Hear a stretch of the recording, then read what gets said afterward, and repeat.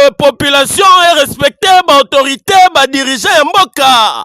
Noko na ngai ndimela ngai ke ACMTF ba association ba assemblée chrétienne ya message du temps de la fin oyo ezali kokumbama na représentant légal na yango évêque général le pasteur Carlos Baruti. Boyeba que après décision judiciaire ya ministre d'État en charge de la justice maître Constant Mutamba oyo alobaka ke ba pasteur nyonso ya République démocratique du Congo ba sengeli kozala na autorisation de culte.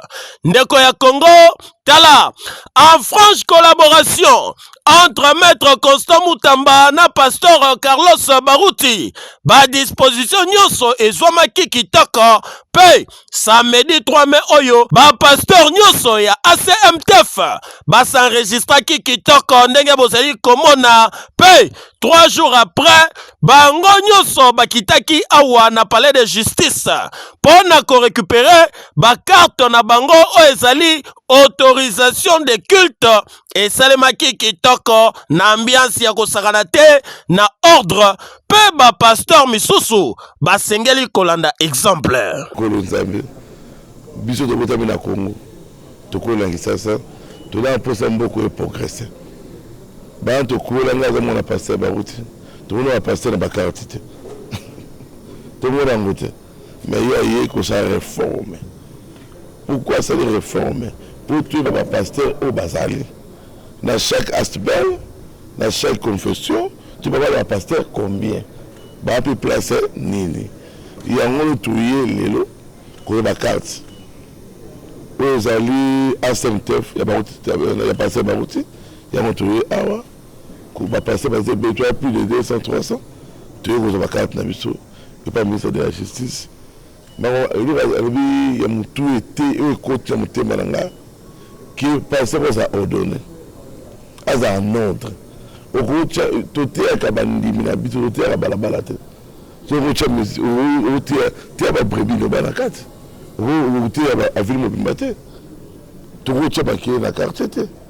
Il y a un pasteur, vous avez un quartier très important. Lobby et comment, vous avez pasteur Carlos. Dans l'église, il y a une carte. Et il y a aussi identifié. Et ça, il y a un bon côté. Et on y va, il y a une logique à Bangarate. On peut s'adresser à Ndagounao, il y a une église.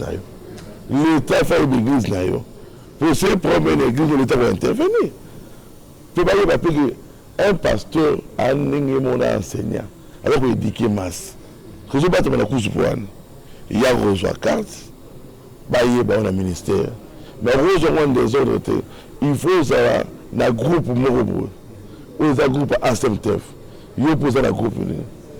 Partout, ça dit, soit carte, nous avons pas pour la ministre, nous avons soutenir. Ils ont malamu, nous avons soutenir. Nous avons un ordre dans l'État.